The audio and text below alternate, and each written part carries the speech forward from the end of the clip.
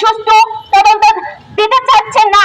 এই যে সরকার রাষ্ট্রপন্থী আমাদের সুষ্ঠু বিচার দিচ্ছে না। আমরা এখানে দেখতে পাচ্ছি এই ন্যায় বিচারের কন্দল কোন দিকে ঘুরে নিয়ে যাচ্ছে। এই যে আমরা ন্যায় বিচার চেয়ে যাচ্ছি, আর হচ্ছে রাষ্ট্রীয় বাহিনী আরেক কন্দলে নিয়ে যাচ্ছে। আমরা যে ন্যায় বিচার চেয়ে যাচ্ছি, এরা আমাদের সুষ্ঠু ন্যায় বিচার দিচ্ছেন না। এই 3 জন ছেলের মধ্যে একজনকে গ্রেপ্তার করা হলেও 2 জনকে এখনো গ্রেপ্তার করা হয়নি। এই যে সমতলের যে এই যে অভিনেত্রীকে দর্শন করা হলো, 14 জনকে গ্রেপ্তার করা হলো, এটা 3 জন ছেলেকে এখনো কেন গ্রেপ্তার করা হয়নি? আমরা ন্যায় বিচার চেয়ে এখনো আমরা এই ন্যায় বিচার পাইনি।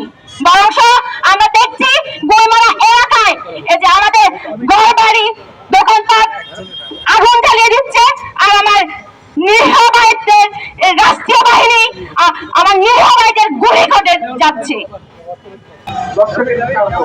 দর্শকের আমরা ইতিমধ্যে জেনেছি 8 জন দর্শককে চিহ্নিত করতে পেরেছে, ইতিমধ্যে 2 জনকে গ্রেপ্তার করা হয়েছে। তাদেরকে আইনের আওতায় আনা হোক, তাদের বিচার করা হোক। এই জন্য কি আপনারাও অপরাধ হাতে ধরে নেবেন? আপনারা কেন কালকে খাগড়াছড়ি শহরের দোকানপাটগুলো ভাঙলেন?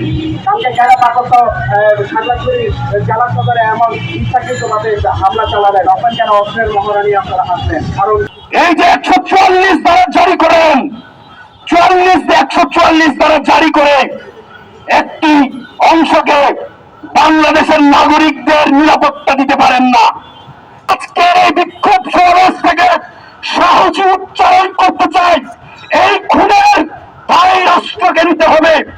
আমার ভাই যতজন মারা গেছে, সেই ভাইদের রক্তের জবাব দিতে হবে রাষ্ট্রকে।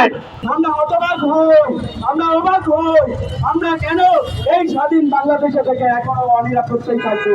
কেন সাজেক থেকে আমাদের সেনাবাহিনীর